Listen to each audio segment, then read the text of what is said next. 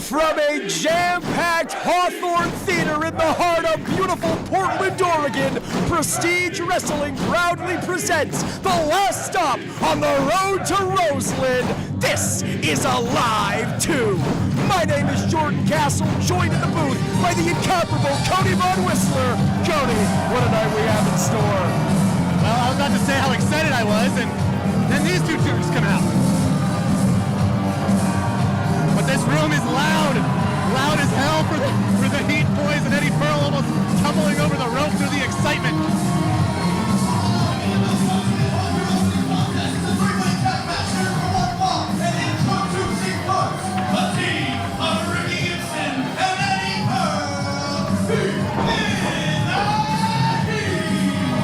Well, Cody, it's a hot crowd, as you can hear, and a hot night of action on tap. Unfortunately, Heat coming to fruition all too literally as the former Prestige Wrestling Tag Team Champions, Ricky Gibson and Eddie Pearl, gracing us with their presence in the opening contest. That's one way to put it. I think this is a better way to put it. I agree.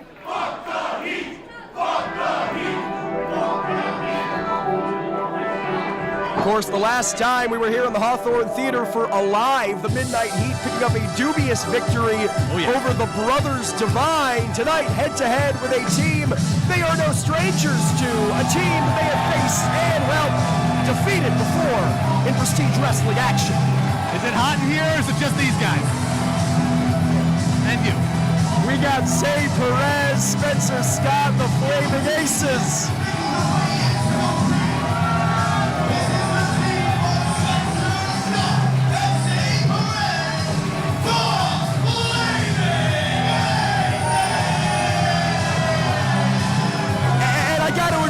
Cody, I much prefer the Flames to the Heat. These hot young upstarts, though not picking up a victory against the Hammer Brothers last time we were here at the Hawthorne Theater for Alive, looking very, very impressive in defeat, hoping to change their fortunes tonight, but it's not just Gibson and Pearl they have to contend with. Nope. We got 3 teams competing in this matchup, and I'm familiar with 2 of them, but this next team about to make their entrance, I'm excited to finally get to call one of their contests. You're more familiar with this next group than I am. Very, very familiar, and with good reason. They have been setting the West Coast on fire now, bringing their talents to the PN Dub.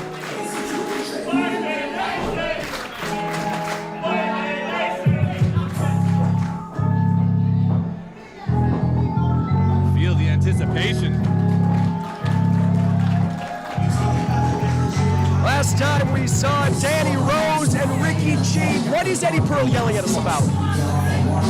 I can't even understand what he's saying. What? Well...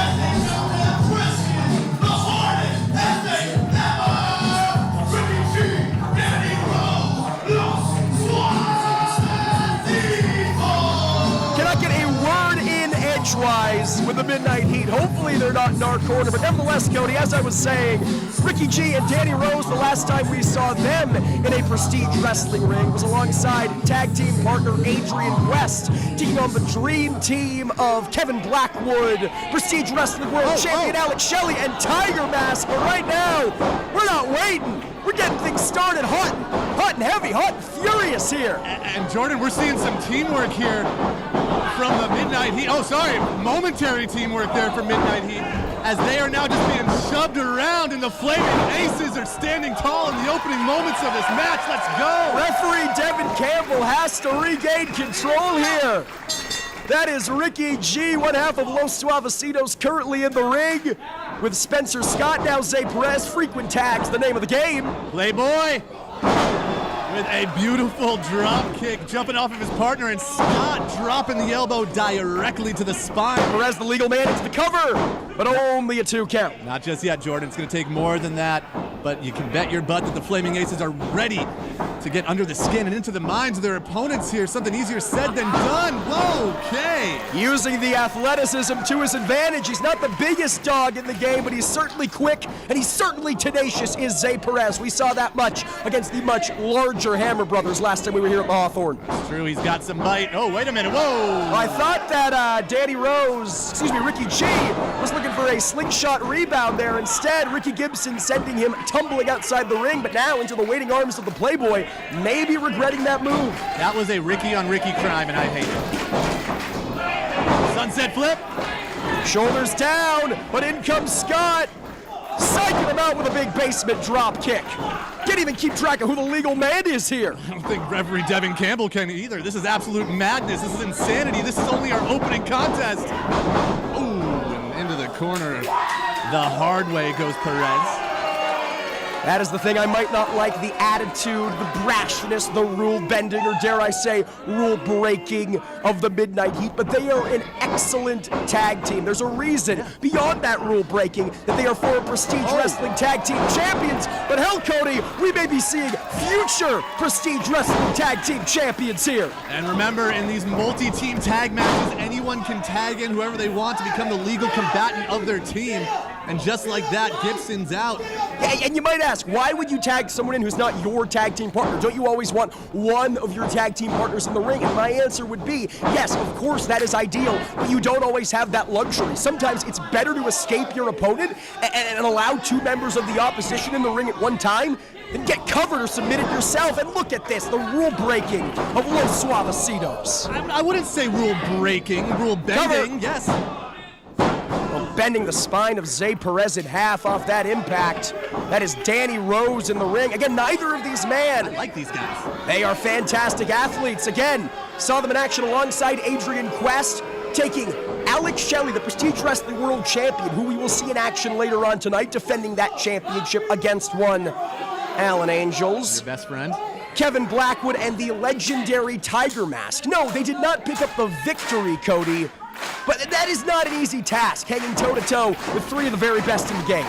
So you're saying that this team has a lot to prove tonight, not only with trying to pick up a W, but with their Pacific Northwest debut. Okay. Shoulders down, especially against the Midnight Heat, former Prestige Wrestling Tag Team Champions, and the Flaming Aces quickly becoming favorites of the Pacific Northwest faithful. I mean, what would it mean for Los Suavecitos to come into Portland, their first time here in Portland for Prestige Wrestling, and defeat two men who have really been pillars of tag team wrestling in this territory? It would be an impressive impact, that is for sure, but the wild card here, pun intended, is the Flaming Aces. They are still in this matchup, at least for now, as Perez taking a beating in the corner. As soon as you say it, commentators curse in full effect. Perez with a big elbow to the face of Rose. Up and over we go. Rose trying to meet him with the German suplex. He's fingertips away from Scott. Is he going to get it, Cody? That rocked him. Oh, but look at that. I'm not sure if our cameras caught it. Eddie Pearl with the blind tag. Not sure if Rose even realized it now. Nothing precious about this. Spencer Scott's pissed. Behind referee Devin Campbell's back, the double team from the Midnight Heat. Spencer's got to maintain composure here. King of Dong. Oh. Eddie Pearl, I want to point out, giving himself haircuts now, and it is very, very apparent.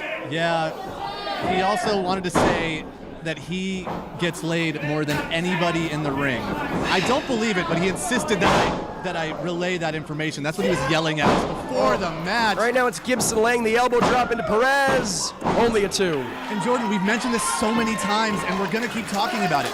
The Midnight Heat are a fantastic tag team. Excellent. But the fact that they use these underhanded tactics just grinds the gears of me, you, of management, and pretty much everyone in the room here. Now, Cody, I'll say it until I'm blue in the face, as blue as their trunks and tights. Hold on. Oh, a Dominator assisted with the elbow by Pearl, hooking the leg. I would not have been surprised if that was it, Jordan. Again, Zaye Perez, he is resilient. He does not know the meaning of the word quit. Nice brainbuster variation there from Pearl, floating over into a lateral press. What a kick out from Perez. As I was saying, it's part of what makes it so frustrating that the Midnight Heat are rule breakers, that they're pushing referees, but hell, our referees push back. Damn it, Devin. I love it. I don't think the Midnight Heat love it. Ricky Gibson, the illegal man, taking Zaye Perez back to their corner. Little Devin Campbell chant broke out for a second. That's there. a first. Hopefully a last. I love you, Devo. All love aside, Perez is in some serious trouble here, Jordan. He has been in this matchup for way too long. He desperately needs to... Nice backbreaker there from Gibson into a cover.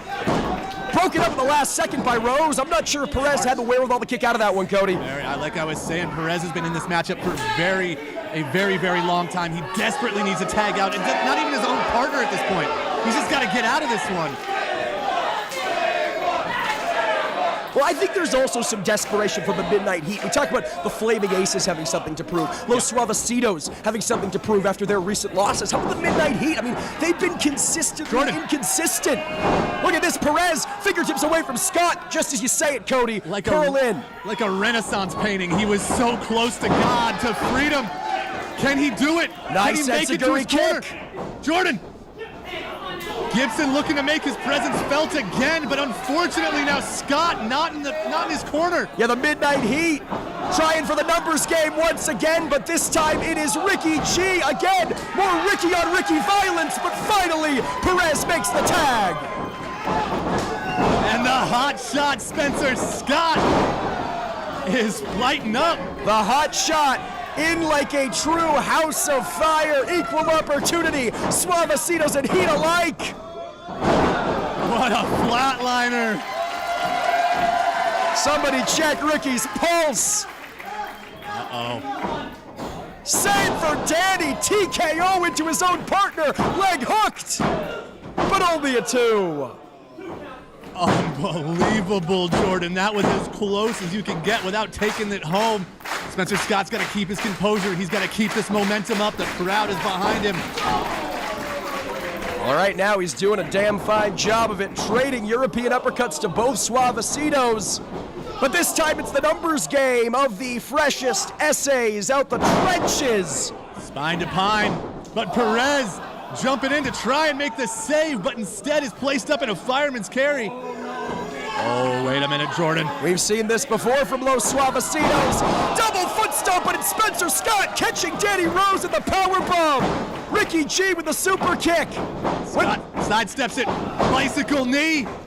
Gets the waist lock, but into the ropes. Oh, Connor. Shoulders down, but broken up by Rose. Reversed into a cover. And Suavecitos steal it. Now that's...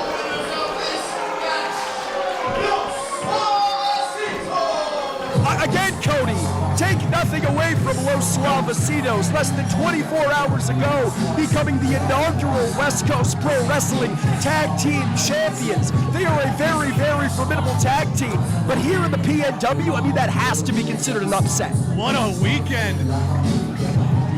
Oh, no. Ricky G with something to say. What is this? The dog he dropped off? Where was he hiding at? I'm afraid. Get that out of here. Get that out of here. Ugh. I'm afraid to ask. Jordan, every single team brought their A game here in that matchup, and we still have an entire show to go. That was match number 1. Both Prestige Wrestling Championships on the line. World and tag team gold to be decided. A war to settle a score. Last